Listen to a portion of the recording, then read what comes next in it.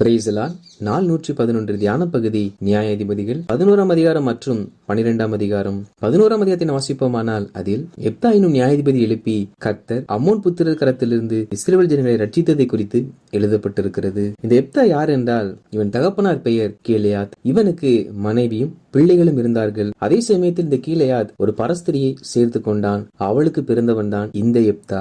எப்தாவும் கீலேயாத்துடைய மற்ற குமாரோடு கூட வளருகிறான். ஆனால் எல்லாரும் பெரியவர்களாகும் பொழுது மற்றவர்கள் எப்தாவை நோக்கி, உனக்கு எங்கள் தகப்பன் வீட்டிலே சுதந்திரம் இல்லை, அந்நிய ஸ்திரீயின் மகன் என்று சொல்லி எப்தாவை தன் வீட்டை விட்டு துரத்தி விட்டார்கள். எப்தாவும் அவர்களை விட்டு கடந்து சென்று தோப் என்னும் தேசத்தில் போய் அங்கே குடியிருந்தான். இந்த எப்தா ஒரு பயங்கர பராக்கிரமசாலியா இருந்தான். மேலும் இந்த எப்தா வீணரான மனுஷனுடைய கூட சென்று யுத்தத்திற்கு போவதும் அவனுக்கு வழக்கமா இருந்தது. சில காலங்களுக்கு பிற்பாடு அம்மோன் புத்திரர் இஸ்ரவேலின் மேல் யுத்தம் பண்ண வந்தார்கள். அப்பொழுது கீலேயாத்தின் மூப்பர்கள் எல்லாரும் எப்தாவை தோப் தேசத்திலிருந்து அழைத்து வர போய் எப்தாவை நோக்கி, நீ வந்து எங்கள் அம்மோன் புத்திரரோடு யுத்தம் பண்ண எங்களுக்கு சேனாதிபதியா இருக்க வேண்டும் என்பதாக சொன்னார்கள். அதாவது எப்தாவை இவர்கள் புறக்கணித்து தள்ளினார்கள். ஆனால் அவர்களுக்கு ஒரு ஆபத்து காலம் வந்தபோது எப்தாவை தேடி வருகிறார்கள். யார் புறக்கணித்தார்களோ அவர்களே மறுபடியும் ஏற்றுக்கொண்டு அவர்களுக்கு தலைவனாய் இருக்கும்படி சொல்லுகிறார்கள். நம்முடைய வாழ்க்கையிலும் கூட நம்மை அநேகர் புறக்கணித்திருக்கலாம், அநேகர் நம்மை இழிவாய் பேசியிருக்கலாம்.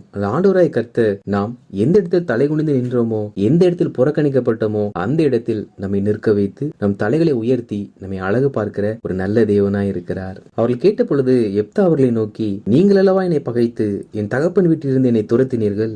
இப்பொழுது உங்களுக்கு ஆபத்து நேரிடுகிற சமயத்தில் எங்கள் எண்ணத்தில் ஏன் வருகிறீர்கள் என்பதாக கேட்டான். அதற்கு அவர்கள், நீ எங்களுடனே கூட வந்து அம்மோன் புத்திரோடு யுத்தம் பண்ணி கீலேயாத்தின் குடிகளாகிய எங்கள் அனைவர் மேலும் தலைவனாய் இருக்க வேண்டும். இதற்காக இப்பொழுது உன்னிடத்தில் வந்தோம் என்றார்கள். அதற்கு எப்தா, அம்மோன் புத்திரரோடு யுத்தம் பண்ண நீங்கள் என்னை திரும்ப அழைத்து போன பின்பு கர்த்தர் அவர்களை என் முன்னிலையாய் ஒப்பு கொடுத்தால் என்னை உங்களுக்கு தலைவனாய் வைப்பீர்களா என்று கேட்டான். அப்பொழுது இந்த கீலேயாத்தின் மூப்பர், நாங்கள் வார்த்தையின்படியே செய்யாவிட்டால் கர்த்தர் நமக்கு நடு நின்று கேட்பாராக என்பதாக சொன்னார்கள். அதாவது சொன்ன வார்த்தையின்படி அவர்கள் எப்தாவை தலைவனாக்காவிட்டால் கர்த்தர் நடு நிற்பார் என்பதாக கர்த்தரை முன்னிட்டு வாக்கு கொடுத்தார்கள்.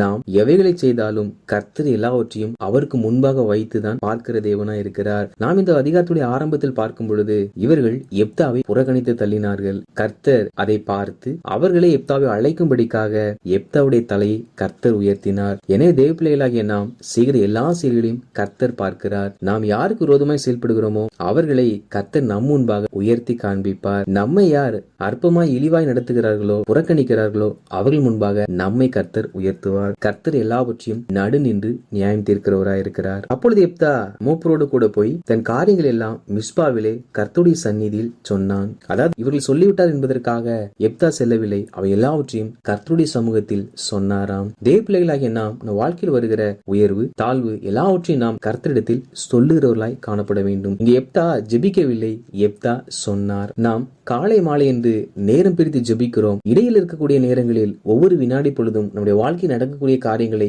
கர்த்தருக்கு வார்த்தையினால் தெரியப்படுத்த வேண்டும். இதுதான் தேவனோடு இணைந்து நடப்பதாகும். அதற்கு பிற்பாடு எப்தா அம்மோன் புத்திரிடத்திற்கு ஸ்தானாபதிகளை அனுப்பி, நீங்கள் ஏன் எங்களுக்கு விரோதமாக வருகிறீர்கள் என்பதாக கேட்கிறான். அவர்களோ, நீங்கள் எங்கள் தேசத்தை ஆக்கிரமித்துக் கொண்டீர்கள் என்பதாக சொன்னார்கள். அப்பொழுது எப்தா, இஸ்ரவேலர் எகிப்திலிருந்து வரும்பொழுது உங்கள் தேசத்தை ஆளுகை செய்த பூர்வீக ராஜாக்கள் இஸ்ரவேல் ஜனங்களுக்கு வழிமறித்து அவர்களுக்கு எதிராய் வந்தபடியினால் கர்த்தர் அவர்களை எங்கள் கரத்தில் ஒப்புக் கொடுத்தார். அதனால் நாங்கள் இந்த பட்டணத்தை சுதந்திரித்துக் கொண்டோம் என்பதாக சொல்லி 300 வருஷம் குடியிருக்கையில் இவ்வளவு காலம் நீங்கள் ஏன் இதை திருப்பிக் கொள்ளாதே போனது என்ன என்பதாக ஒரு கேள்வியை எழுப்பி, நாங்கள் உமக்கு விரோதமாய் குற்றம் செய்யவில்லை, நீர் எங்களுக்கு விரோதமாய் யுத்தம் பண்ணுகிறதினாலே நீர்தான் எனக்கு அநியாயம் செய்கிறீர் என்பதாக சொல்ல சொன்னான். ஆனாலும் அம்மோன் புத்திரர் எப்தாவுடைய வார்த்தைக்கு செவி கொடுக்கவில்லை.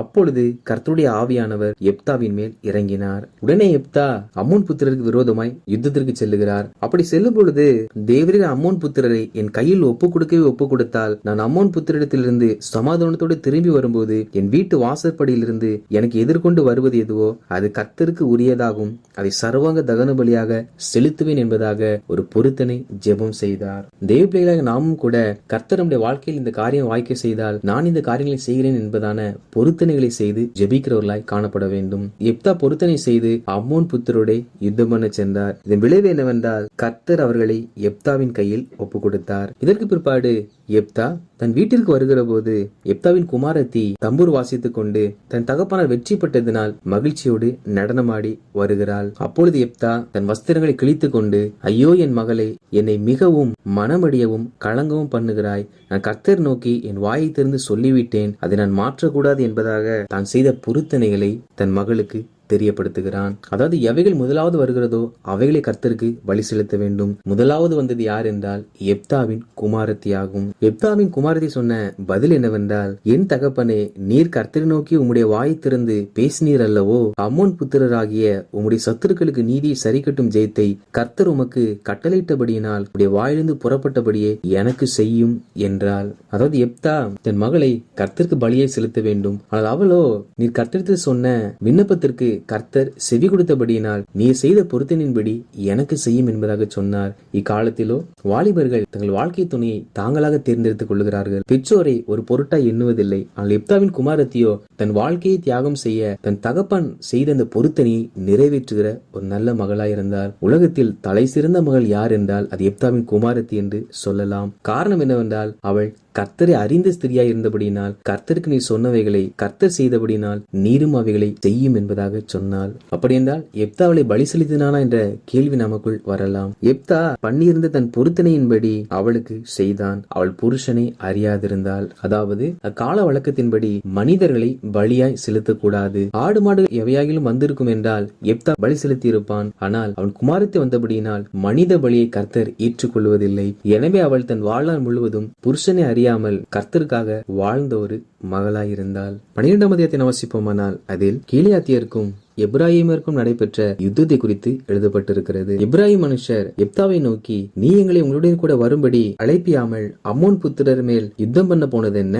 உன் வீட்டையும் உன்னையும் கூட அக்கினியால் சுட்டெரித்து போடுவோம் என்பதாக சொன்னார்கள். அதாவது அம்மோன் புத்திரரை முறியடிக்கும் பொழுது எப்ராஹிமரை அழைக்கவில்லையாம். எனவே அவர்கள் எப்ராஹிமுக்கு விரோதமாய் பேசினார்கள். எனவே அவர்கள் எப்தாவையும் எப்தாவுடைய குடும்பத்தையும் சுட்டெரிப்போம் என்பதாக சொல்லுகிறார்கள். அதற்கு எப்தா, எனக்கும் என் ஜனத்திற்கும் அம்மோன் புத்திரோட பெரிய வழக்கு இருக்கும் போது நான் உங்களை கூப்பிட்டேன். நீங்கள் என்னை அவர்கள் கைக்கு நீங்களாக்கி ரட்சிக்கவில்லை. நீங்கள் என்னை ரட்சிக்கவில்லை என்று நான் கண்டபோது நான் என் ஜீவனை என் கையிலே பிடித்துக் கொண்டு அம்மோன் புத்திரருக்கு விரோதமாய் போனேன். கர்த்தர் அவர்களை என் கையில் ஒப்பு கொடுத்தார். இப்படி இருக்க நீங்கள் இனிமேல் யுத்தம் பண்ண இன்று என்னிடத்திற்கு வர வேண்டியது என்ன என்பதாக சொன்னார். அதாவது எப்தா அழைத்தும் எப்ராஹிமர் தான் வரவில்லையாம். அவர்கள் வராம இருந்து இங்கே நீ அழைக்கவில்லை என்பதாக சொல்லி எப்தாக்கு விரோதமாக யுத்தம் பண்ணுகிறார்கள். எப்தா அந்த வார்த்தையினால் பேசி சமாதானப்படுத்த முயற்சித்தும் அவள் சமாதானத்திற்கு இடம் கொடுக்கவில்லை. இது நிமித்தமாக எப்தா கீலேயாத் மனுஷரை எல்லாம் கூட்டி எப்ராஹிமரோடு யுத்தம் பண்ணினான். தேவ பிள்ளைகளாகிய நாம் வார்த்தையில் கவனமாய் இருக்க வேண்டும். வார்த்தையானது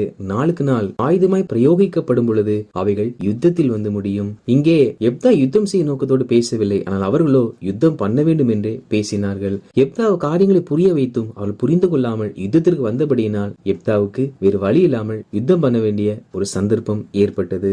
கீலேயாத் மனுஷர் எப்ராஹிமை முறியடித்தார்கள். மாத்திரமல்லாமல் கீலேயாத்தியர் எப்ராஹிமிற்கு முந்தி யோர்தானின் துறைகளை பிடித்தார்கள். ஒருவேளை எப்ராஹிமிலிருந்து தப்பி போன ஒரு மனிதன் அந்த வழியை வருவான் என்றால் அவனிடத்தில் எப்ராஹிமரா என்று கேட்பார்கள். அவன் எப்ராஹிமன் என்று சொன்னால் அவனை கொலை செய்வார்கள். இல்லை என்று சொன்னால் அவனிடத்தில் சிபோலேத் என்ற வார்த்தை சொல்லும்படி சொல்லுவார்கள். இவைகளுக்கு பதிலாக அவர்கள் சிபோலேத் என்பதாக சொல்லுவார்களாம். இரண்டும் ஒரே வார்த்தையா இருந்தாலும் அதனுடைய உச்சரிப்புகளில் வித்தியாசம் இருக்கும். இதை வைத்து அவன் எப்ராஹிமனா இல்ல என்பதை அறிந்து கொள்வார்களாம். அவன் எப்ராஹிமன் என்று உறுதி செய்யப்பட்டால் அவனை கொலை செய்வார்களாம். இப்படி கிட்டத்தட்ட எப்ராஹிமியரில் 42,000 பேர் அந்த காலகட்டத்தில் மரணத்தை சந்தித்தார்கள். இதற்கு பிற்பாடு எப்தா 6 வருஷம் இஸ்ரவேலை நியாயம் விசாரித்தான். அதற்கு பின்பு எப்தா மரித்தான். எப்தாவுக்கு பிற்பாடு பெத்லெகேம் ஊரானாகிய இப்சான் எனும் இஸ்ரவேல் ஒருவன் 7 வருஷம் நியாயம் விசாரித்தான். அதற்கு பிற்பாடு செபுலோனியன் ஆகிய ஏலோன் என்பவன் 10 வருஷம் நியாயம் விசாரித்தான். அதற்கு பிற்பாடு பிரத்தோனியனான அப்தோன் என்பவன் 8 வருஷம் இஸ்ரவேலை நியாயம் விசாரித்தான். வாசித்த இந்த அதிகாரியின்படி மற்றொரு நாம் ஒரு நாளும் பிறரை எந்த காரணத்திற்காகவும் அற்பமாய் எண்ணாமல் புறக்கணித்து தள்ளாமல் ஒவ்வொரு நாளும் நம்முடைய வாழ்க்கையில் நடக்கக்கூடிய எல்லா சம்பவங்களையும் கர்த்தருக்கு தெரியப்படுத்தி நமக்கு எதிராக வருகிறவர்களோடு யுத்தம் பண்ண வேண்டும் நினைக்காமல் கூடுமான மட்டும் சமாதானமாய் பேச முயற்சித்து தேவனுக்கு என்று பொருத்தனை செய்து கர்த்தர் இந்த காரியத்தை வாய்க்க செய்தவுடன் அந்த பொருத்தனையை நிறைவேற்றி எப்தாவின் குமாரத்தியை போல கர்த்தரை அறிகிற அறிவிற்குள்ளாக நம் பிள்ளைகளை நாம் வளர்த்து ஒரு நாளும் பிறரோடு கூட வாக்குவாதத்தில் ஈடுபடாமல் யாவரோடும் சமாதானமாய் இருப்போம். ஆண்டவரே கர்த்தர் தாமே நாம் எங்கெங்கெல்லாம் அற்பமாய் எண்ணப்பட்டோமோ, புறக்கணித்து தள்ளப்பட்டோமோ அந்த இடத்திலெல்லாம் நம் தலைகளை உயர்த்தி அவர்கள் முன்பாக நம் கொம்பை உயர பண்ணுவாராக. ஆமேன்.